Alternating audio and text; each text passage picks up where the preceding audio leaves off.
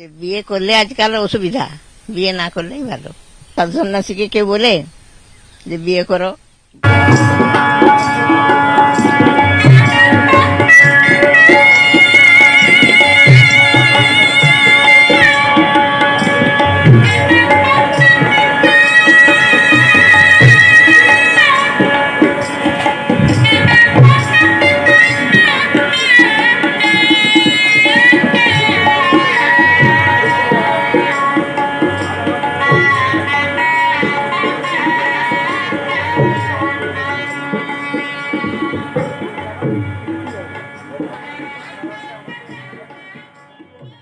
পরবর্তী বসন্তের শেষে হতে চলেছে বাংলার বিধানসভা নির্বাচন।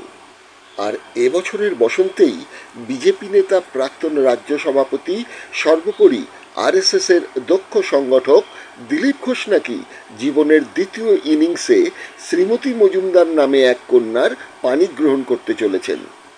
এরকম একটা গুঞ্জন ছিল। মনে করা হয়েছিল দিলীপবাবুর হিংসুকরা এসব রটাচ্ছেন। কিন্তু বিষয়টি গুরুত্ব বেড়ে গেল যখন বাতাসে ভেসে বেড়াতে শুরু করলো রাজ্য বিজেপির হাল ধরতে সুকান্ত বিদায় আসন্ন, দিলীপবাবুর প্রত্যাবর্তন। সম্ভবত নাখুশ তথাগত রায় তিনি তো প্রকাশ্যেই বলেছেন কেন্দ্রীয় নেতৃত্বের উচিত শুভেন্দুকে রাজ্য সভাপতি করা। এরপরেই সমাজ মাধ্যমের পর্দায় ডলফিনের মতন ভেসে উঠেছেন তথাগত রায়। সমাজ মাধ্যমে জনৈক অর্ঘ্য কুমার নামে একজন পোস্ট করে জানিয়েছেন যে বিজেপি রাজ্য সভাপতি পদে দিলীপ ঘোষের পুনর্বহাল এখন শুধু সময়ের অপেক্ষা।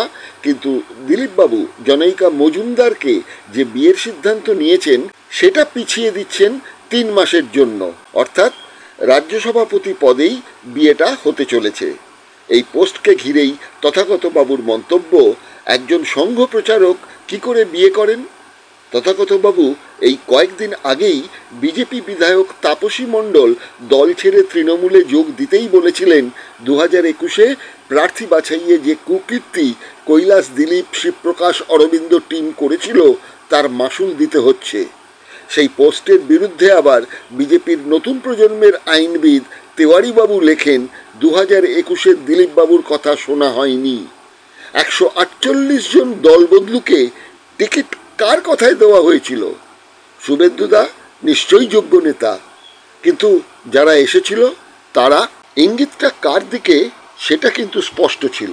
সেই জবাবে, পাল্টা জবাবে তথাগত লেখেন, অবশ্যই কৈলাস সবচেয়ে বেশি দোষী, বাকিরা দায়িত্ব এড়াতে পারে না। গরুর দুধে সোনা আছে এমন কথা বলে দলকে হাস্যকর অবস্থায় পৌঁছে দেওয়াটা কি ঠিক হয়েছে? তেওয়ারিকে জবাব দিতে গিয়ে আর বেশি কিছু না বললেও 21-এর ভোটের টিকিট বন্টনে কামিনী কাঞ্চনের কথা কিন্তু বারবার বলেছেন বিজেপির বর্ষিয়ান নেতা তথাগত রায়। দিল্লিতে বিজেপির প্রবীণ নেতা সুব্রমণিয়াম স্বামী যেমন বিজেপির গলার কাঁটা, তেমন এ রাজ্যে তথাগত রায়। পার্টি না পারে গিলতে, না পারে ওগড়াতে। দুজনকে রগড়ালে তারা এমন হাটে হাড়ি ভাঙতে পারেন যাতে পার্টি পড়বে মহা বিপদে। সে যাই হোক, দিলীপবাবুর বিয়ের প্রসঙ্গে বরঞ্চ ফিরে আসি। সত্যিই কি দিলীপবাবু বিয়ে করছেন? পাত্রী জনৈকা মজুমদার, বৃদ্ধস্ব তরুণী ভার্যা? তবে দিলীপবাবুর আগে এরকম ঘটনা কিন্তু বহু ঘটেছে। দেশের স্বনামধন্য অভিনেতা দিলীপ কুমার ও তার স্ত্রী অভিনেত্রী সায়রা বানুর বয়সের পার্থক্য ছিল 22 বছরের। টলিউডের অভিনেতা দীপঙ্কর দে দোলন রায়ের বয়সের পার্থক্য 26 বছরের। 23 বছর লিভ ইন করার পর গত 5 বছর আগে বিয়ে করেছেন তারা। সংবিধান প্রণেতা আম্বেদকর একজন দলিত নেতাও বটে। 15 বছর বয়সে রমাবাইকে বিয়ে করেছিলেন।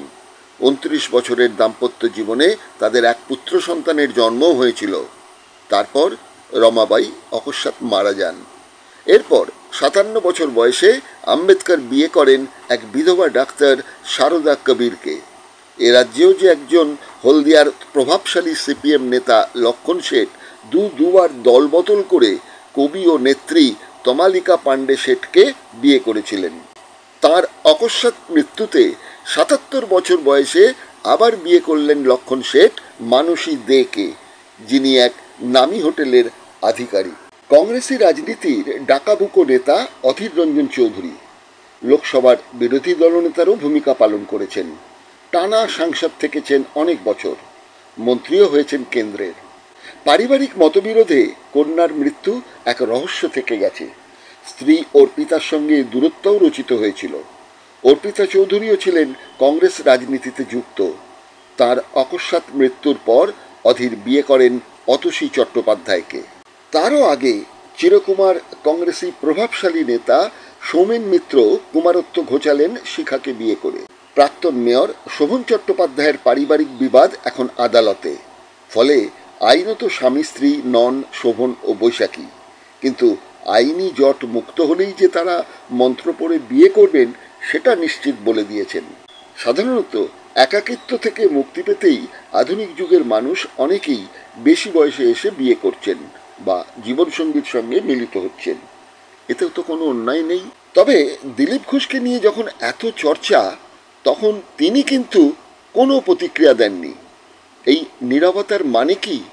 তবে কি বিজেপির রাজ্য সভাপতি পদ ফিরে পেয়ে তৃণমূল বিরোধী আন্দোলনে সাফল্য এনে ২৬-এর নির্বাচন জয় করা? সেজন্যই কি সভাপতি পদপ্রাপ্তির ঘোষণা না হওয়া পর্যন্ত এই বসন্তেই হয়ে যাওয়া বিয়েটা পিছিয়ে দিলেন দিলীপ ঘোষ? বেশ কিছুদিন আগে এক সংবাদ মাধ্যমে দিলীপ ঘোষের মা পুষ্পলতা ঘোষ কি বলেছিলেন একবার শুনুন। ছেলেকে বিয়ে দেওয়ার কথা কখনো ভেবেছিলেন কি? ভেবেছিলাম তো। ছেলে যখন RSS চলে গেল তখন তো আমরা জানি কি পার্টি সেটা, সেখানে তো কেউ বিয়ে করেনি, আর চিন্তা করিনি। বলেননি কখনো? আর কেন বলবো? সাধু সন্ন্যাসীকে কেউ বলে যে বিয়ে করো? তবুও মায়ের মন তো। না, আমার মনে তো বলেনি। আর 3টা ছেলে আছে, এদের বিয়ে দিয়েছি। 4টা ছেলে আমার, একটা তো নেই। যে বিয়ে করলে আজকাল অসুবিধা, বিয়ে না করলেই ভালো।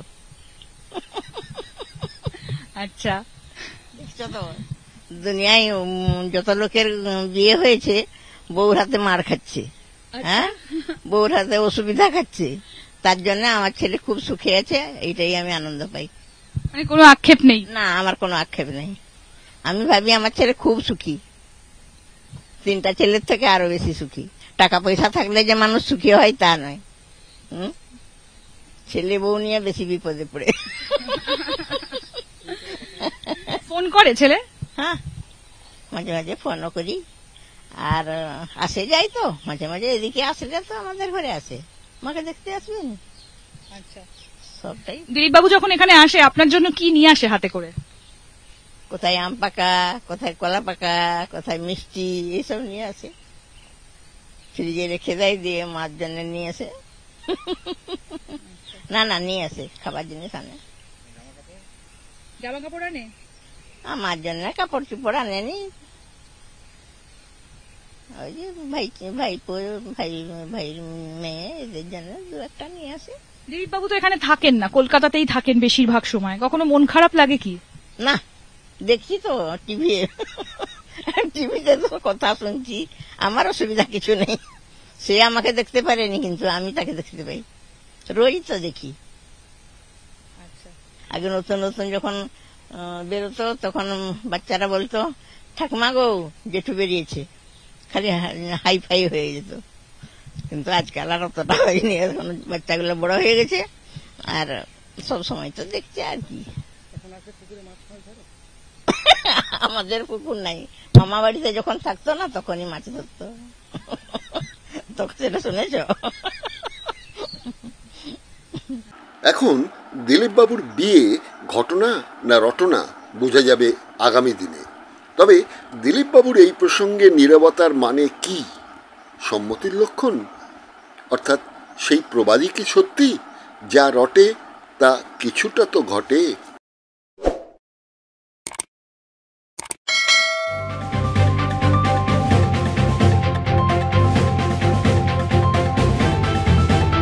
রংহীন সংবাদ আর অজানা তথ্যের জন্য দেখুন দিগদর্শন, 10-এর পাশে, দেশের সাথে।